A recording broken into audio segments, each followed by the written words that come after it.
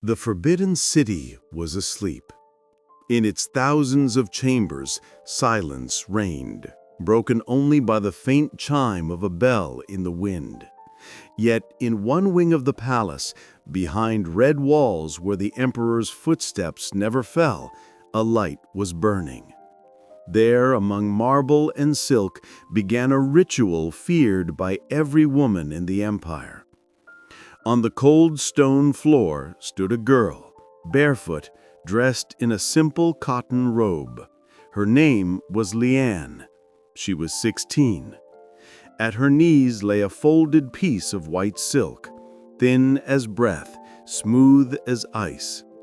Beside her stood 3 eunuchs and an old woman in a red robe. She said nothing, only watched to make sure the ritual was done by the book. In the hand of the senior eunuch gleamed a long needle tipped with gold. He was no doctor, but in this world a eunuch replaced both man and God. His name was Master Sun, and in decades of service he had seen hundreds of girls like her. Every time he did the same thing, he checked their purity. "Name?" he asked. "Liane," she whispered. "Age?" 16. "Servant of whom?" "Lady of the 6th rank." Sun gave a short nod. Another eunuch unfolded the white silk and laid it on a wooden tray. The room filled with the faint scent of candle wax. Sun dipped the needle into a bowl of water, ran his finger along it, and then gave the order without another word. "Lie down." Liane obeyed. The old woman stepped closer. A eunuch soaked a piece of cloth in a herbal infusion, a symbol of cleansing, and intoned, "You must be like water. Nothing must touch you before the emperor." It was the same formula spoken before every inspection, recited like a prayer. From that moment, the girl no longer belonged to herself. The motion was swift. The needle pierced skin, and a drop of blood fell onto the silk. The room froze. The old woman lifted the tray as if it were a sacred relic. If blood appeared, the girl was proven pure. If not, punishment was death or exile. Sun studied the fabric closely. Blood was there. "Pure," he declared. Liane did not cry. No one cried. Tears were forbidden in this chamber. The eunuchs turned and left without looking back. The old woman folded the silk and sealed it inside a wooden chest, and followed after them. Within minutes, it was over. Only the scent of herbs and blood lingered in the air. The girl stood alone, knowing her fate was sealed. She would either be presented to the emperor or vanish if he did not choose her. This was how the journey began for every woman in the heart of the empire. And from nights like these, nights of fear, pain, and silence, emerged the woman who would one day rule all under heaven, the concubine named Cixi. 19th century China lived by a principle that consumed itself. The closer you came to power, the less your body was your own. In the Forbidden City, called by court historians the heart of the world, a woman's body belonged to no one but the emperor. Even the breath of the concubines was considered imperial property. From the moment a girl was chosen for the palace, her life ceased to be her own. Her name was entered in the registry, alongside her age, family, skin tone, foot size, and the date of her last inspection. These records were known as the Book of Jade Bodies. Eunuchs copied them in ink, using red marks for those deemed impure. Virginity was not just a demand, it was the code that sustained the entire harem system. The emperor was the Son of Heaven. No one could touch a woman who belonged to him. Any breach of this order was considered sacrilege. so the palace lived under constant surveillance, fear, and denunciations. Each month, the inspection days were held. Eunuchs checked the women's chambers, whether the seals on the doors remained intact, whether behavior had changed. The slightest suspicion could become a death sentence. The girl would be summoned to the physician. If her purity was in doubt, another test was performed. The same white silk, the same drop of blood. This was called guarding heavenly harmony. It was how they explained the cruel procedures, the humiliation, the torment. The goal was not only to test the body, but to prove that even invisible things, breath, skin, pain, thought, belonged to the emperor. For eunuchs, this was power. Though castrated, they decided who lived and who was erased from memory. For their services, doctors and eunuchs took bribes, pearls, tea, jade bracelets. The poorer the concubine's family, the faster she disappeared from the lists. Over time, the cult of purity turned into paranoia. Girls feared touching the walls lest they leave a stain. They feared speaking too loudly, lest their voices be judged insolent. Even the water they bathed in was passed through special vessels so it would not mingle with male energy. At the center of all this terror stood a fragile, silent girl from the Yi clan, just beginning her climb toward power. Her name was Cixi. She was clever, cold, and already understood one truth. To survive in the palace, she had to turn fear into a weapon. While others prayed to the gods to escape the next trial, Cixi treated it as a game. She memorized the eunuchs' names, the faces of the doctors, the ways to coax servants into speaking the words she needed. In a world where everyone was imprisoned by their own bodies, she began learning how to control the bodies of others. No one could have imagined that this same girl, once examined on a cold floor, would one day order the testing of dozens of women herself, and that she, the mother of the empire, would turn the cult of virginity into a tool of absolute power. In an empire ruled by ritual, even pain had a manual. The virginity test inside the palace was no secret act. It was a carefully staged ceremony, sanctified by centuries of tradition and confirmed by seals. It was recorded in the Yellow Chronicles, a catalog of sacred court rituals, where prayers for a rich harvest stood alongside instructions on how to verify the purity of concubines. The scene always began the same way. In chambers painted the color of blood, a low sandalwood table was set. Upon it lay scrolls, jugs of water, golden needles, and a folded triangle of white silk. Everything had to be new, untouched, to keep the rite pure. Before the test, the girl was dressed in a lotus-colored robe, a symbol of innocence. Maids combed her hair and wove in white threads, the thread of purity, which was later removed and burned. Outwardly, it looked like a ritual of cleansing, but everyone present knew it was only preparation for humiliation. The main role belonged to the eunuch physician, called the Keeper of the Gate. He was more than a functionary. He was a priest at the court, holding the fates of countless women. In his hand, the needle became a symbol of power over the body. At each test, 2 senior women from the harem had to be present as witnesses. They recorded everything in official reports, later sealed with stamps. The girl was laid on a mat, hands folded over her chest, eyes fixed downward. No words were allowed. A bowl of water was placed beside her, with a jasmine branch floating on the surface, a sign that the act must leave no stain. Then came the inspection. It lasted only moments, but each second stretched into eternity. The eunuch worked in silence, then pressed the silk and raised it to the light. Sunbeams passed through the fabric, and everyone stared. Was there blood? If so, the mark "pure" was written. If not, the girl was taken beyond the forbidden city gates, her name erased from every list. Legends whispered that not all trials ended officially.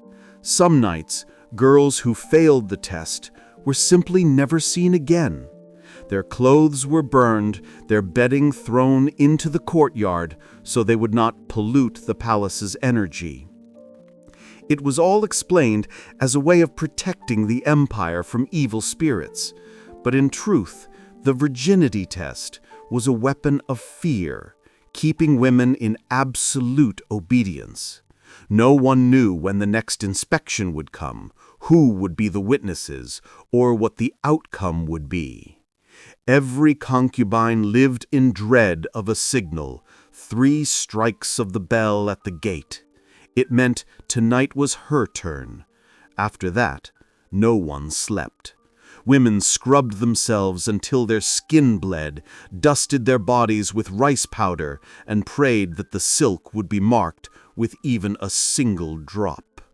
But it did not always depend on fate.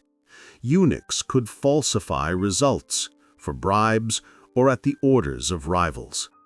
Silence and lies became salvation, and sometimes a death sentence. To the outside world, all of this looked like the highest discipline of the empire, where even love was subject to bureaucracy. But inside the walls, it was a daily reminder that every life hung on a thin thread, stretched between blood and nameless death. The emperor himself never witnessed the ritual. His absence made it even more brutal. The girls suffered for an unseen god who did not even watch. And somewhere among them, quiet and composed, stood young Cixi. She saw everything, how the eunuch lifted the silk, how the women froze in terror, how blood became the key to life. In the moment when others prayed, she smiled, because she understood for the first time, if pain rules the world, then whoever commands pain commands everything. When her name first appeared in the lists of concubines, she did not yet know that it was an honor from which there was no return. She was the daughter of a minor official, with a face too calm for 16. Her name was Yehanara Cixi, a name that already echoed with destiny. At the time, the palace held hundreds like her. Each dreamed of the emperor's gaze, but the path to his attention began not with flowers, but with blood. She was summoned at night. It always happened at night to hide the cries. Her door opened without a knock. A eunuch entered, dressed in dark green, his sleeve marked with the symbol of the third-rank harem. Yehanara Cixi, prepare yourself. She knew exactly what that order meant. A maid's trembling hands pulled a white robe from the chest. The fabric smelled of incense and of the sweat of other women who had walked the same path. As they led her down the corridor, Cixi counted her steps. She memorized every turn, every door, every eunuch she passed. Later, when she would rule this city, she would remember it all, even the color of the candles in the hall where she was first laid upon the mat. In the room stood 3 people, the chief examiner, a senior concubine acting as witness, and a eunuch with a tablet. She bowed as she had been taught. "Name?" asked the physician. "Yehanara Cixi. Age? 16. Servant of concubine Guan of the 2nd rank." The man noted her answer. His fingers trembled, not with pity, but from weariness. He had examined hundreds of bodies. He was like an executioner who had long stopped counting deaths. When she lay down, her gaze fixed on the ceiling. Between the beams hung paper lanterns, dim as the eyes of the dead. The physician spoke the ritual formula. The Son of Heaven requires flesh as pure as the waters of the sacred river. The needle touched her skin with a chill. She made no sound, not because there was no pain, but because she knew her cry was what they wanted. She would not give them that. When the physician raised the silk, there was blood. Blood like a signature. Pure, he said. The senior concubine nodded and sealed the record. The eunuch folded the cloth, placed it carefully in a wooden chest. The ordeal was done. But Cixi did not rise at once. She remained staring upward and felt something strange for the first time. Not humiliation, not shame, but power. She realized her pain now belonged to the emperor, but the knowledge of pain belonged to her. When the old woman touched her shoulder, Cixi quietly said, "Thank you for the lesson." The woman did not understand what she meant. Cixi stood and left without looking back. The eunuchs whispered that the girl was strange, that there was no fear in her eyes. They did not know that this night had not birthed submission, but will. From then on, she feared nothing, neither needles, nor men, nor gods. The trial meant to break her had become her first victory. While other women hid their blood in shame, Cixi kept its memory as a vow. If the world belongs to those who make others suffer, then I will make the world itself suffer. In the imperial palaces, time did not exist. Days and years dissolved into the same dawns, the same scents of tea and silk. But for Cixi, everything changed on the day she gave birth to a son. The boy, tiny, frail, became her passport to immortality. That very night her title changed. From a concubine of the 6th rank, she became mother of the future emperor. From that moment, she belonged to no one. Not to eunuchs, not to senior wives, not even to the court itself. She became untouchable. Not to be humiliated, but to be feared. The Forbidden City lived by a strict order. The emperor at the center, concubines as orbits, eunuchs as shadows, and now one of those shadows began to deepen. Cixi stayed silent, watching, waiting. She knew every smile was a trap, every word could cost a life. Her eyes turned cold as jade. When the emperor died, power hung in the air. The child was too young to rule, and the court fell into chaos. Senior wives summoned astrologers, eunuchs wrote denunciations, ministers built factions, and among them, quiet and unnoticed, moved Cixi. She remembered everything. The smell of wax during her trial, the chill of the needle, the indifference of the old woman. Now, as she entered the council hall where men decided the fate of the realm, she looked at them as if they still held that needle above her. She did not need to shout. She ruled with silence. When she wished to destroy a rival, she did not raise her voice. She simply ordered a second inspection, officially to confirm a pure heart. In reality, it was execution without blood. Servants whispered that women vanished after such tests. Senior concubines who once called Cixi little sister now lay awake at night, dreading the sound of 3 strikes of the bell. Thus, fear became her instrument. She had discovered that purity was the universal language of power. To accuse someone of impurity required no trial, One word was enough, and no one dared to defend the accused. In an empire built on taboos of the body, she now held a weapon that needed no swords. Cixi wielded it with precision. She did not crush her enemies at once. She let them rot with fear. Eunuchs she bound with sweetness, showering them with gifts, yet commanding them to whisper of new inspections whenever she wished to sow unrest. Every chamber, every corridor, every candle now belonged to her. One day, when an official dared question her judgment, she did not shout or punish him. She simply said, "I remember the touch of the needle on skin."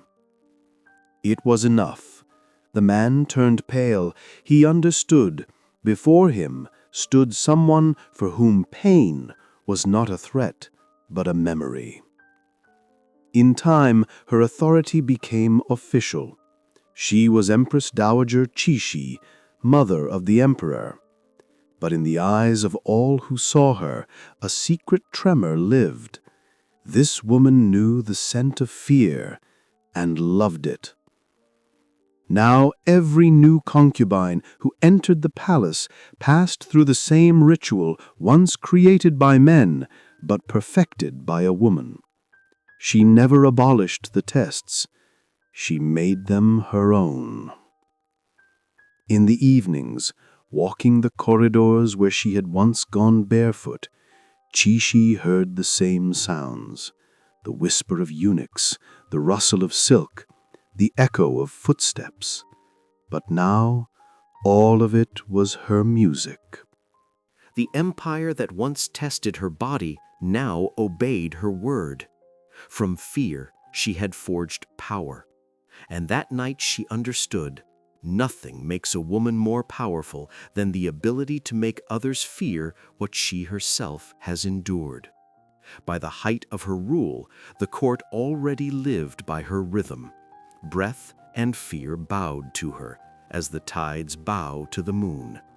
She was no longer a woman of flesh. In a palace without an emperor, they called her the living dragon. And this dragon fed on whispers, envy, and the bodies of other women. In the Forbidden City, everything was heavy with symbols. Every step, every fabric, even the scent of incense carried a political message. And the body remained the greatest symbol of all. Cixi knew, in an empire where the emperor's word was law, the female body was the one battlefield where that law could be rewritten. When she became sole ruler, her first decree was disguised as care, to preserve the moral purity of the harem so the spirits of the ancestors will never leave the city. But behind those words lay fear.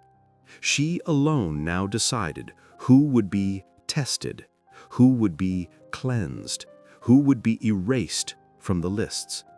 Every name she spoke became a sentence.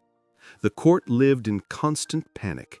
Young concubines feared even to look in mirrors, lest they appear too beautiful and draw the Empress Dowager's eye.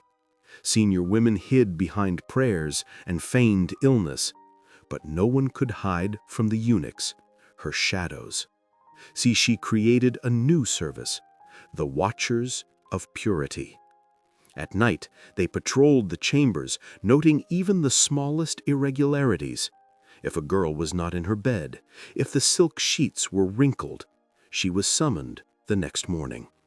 Not for punishment, no, for inspection.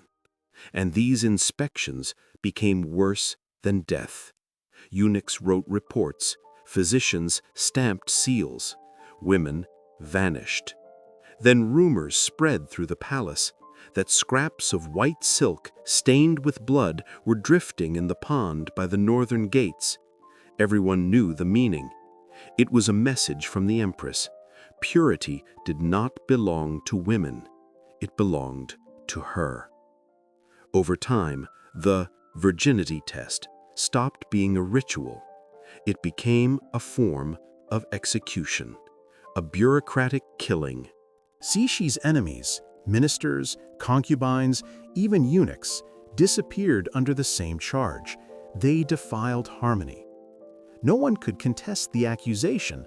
Who would dare ask for proof from the one who was herself the symbol of purity? One senior counselor, after 30 years of service, wrote a note. "Your Majesty, the people starve, taxes go uncollected, the empire crumbles, and you concern yourself with bed sheets. Is this not shame?" 3 days later, he was found in the pond. In his hands lay a piece of white silk.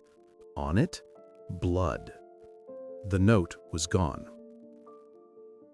After that, no one wrote letters. Cixi had turned the system into a labyrinth where every chamber breathed fear.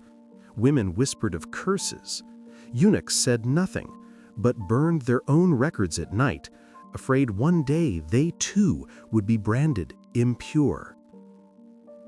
Even priests stopped speaking her name in prayer. To do so without incense was too dangerous. But Cixi did not fear. She knew that fear itself was the fuel of power. When informed of a new concubine, too beautiful to be ignored, she would ask only, "Has she been inspected?" If the answer was yes, she nodded and smiled. Then let her live, for now. This was how she created a machine of endless tension inside the Forbidden City. Every woman knew, one step left meant inspection, one step right meant disappearance.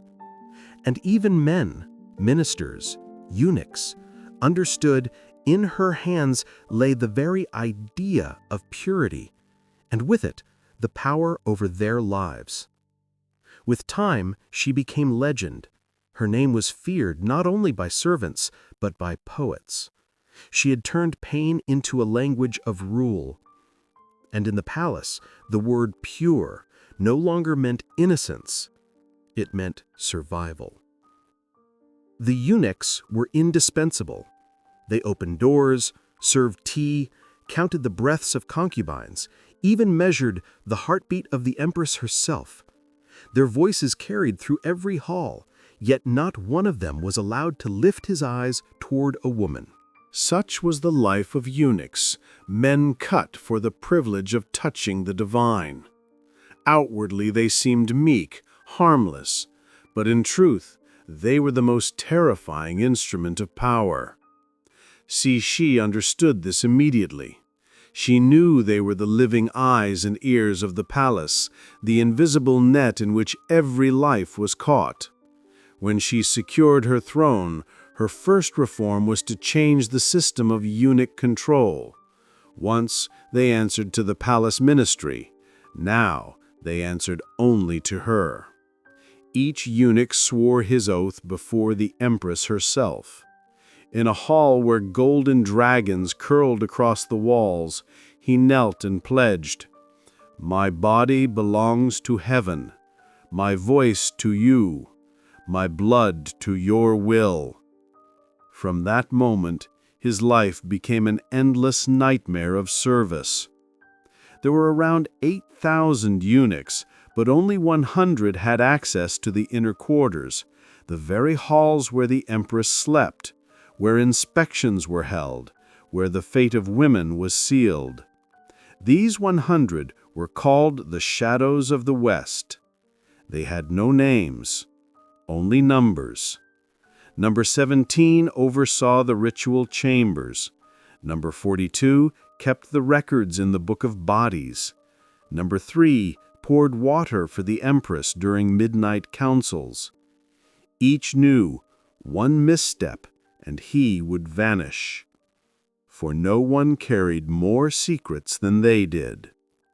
They had seen the inspections, heard the cries and screams, held blood-stained cloths in their hands, sealed them in chests with wax. They were witnesses to everything, and that made them the most dangerous caste of all. Cixi kept the eunuchs in fear and dependence. She gave them silk, silver, and wine, but denied them the right to die their own death. If a eunuch fell ill, he was not allowed to leave the palace. He was treated only until he could no longer stand. Then they simply stopped feeding him. Their bodies were buried beneath the palace walls, without names, without markers. Their ashes mixed with the earth trodden by the concubines. But behind fear lived another, darker force: envy. The eunuchs hated the women they inspected. They hated them for having what had been taken from them forever. And so they carried out their work with a special coldness, almost with relish. One of them, Zhang Fulin, left behind a secret diary. He wrote it in secret on rice paper, hiding it beneath a stone slab. Some of his lines survived by accident. He wrote, "When I touch their skin, I feel nothing. But in that moment, I am closer to the Empress than they are. I am her hand. She is my memory. We are one being divided by pain." Sometimes, at night, she summoned a eunuch for no reason. He would come, prostrate himself before her, and she would say only one thing: "You have seen too much." And the next day, he was gone.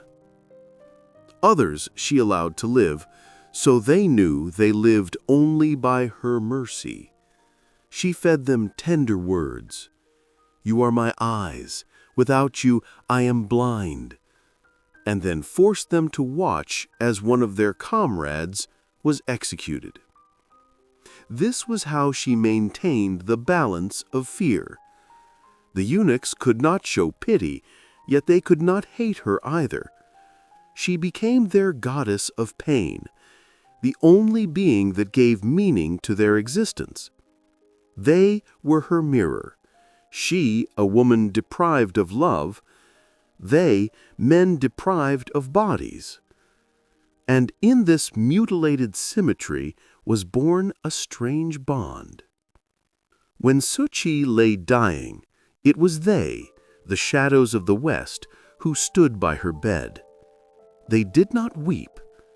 They only closed her eyes and spoke the ancient formula: "Your fear has become our breath." Once a year, in the 7th lunar month, the Forbidden City sank into silence. The bells did not ring. The music did not play. It was the night of the Red Dream, a secret ritual recorded in no chronicles, written in no statutes. Only Cixi and a handful of senior eunuchs knew of it. That night, one girl from the harem was chosen, the youngest, the most beautiful, untouched. She was led through dark corridors, sprinkled with water and chrysanthemum petals, and brought into the hall where the Empress waited. On the floor lay a red cloth. On the altar stood a jade vessel filled with water and a lotus flower.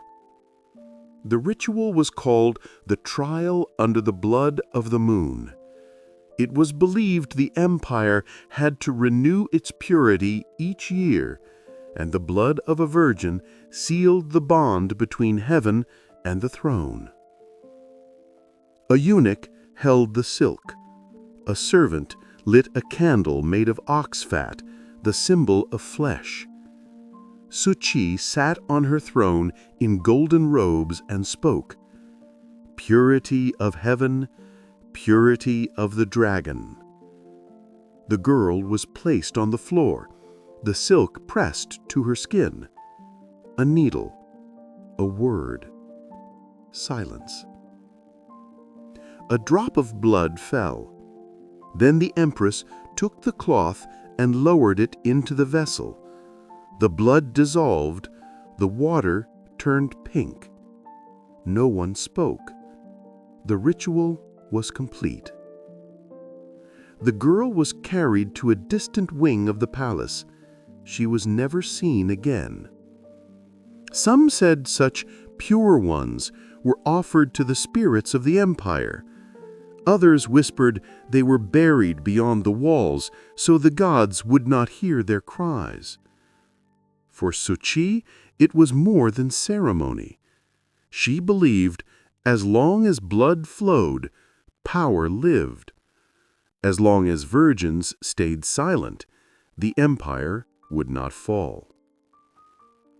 But in those nights a curse was born.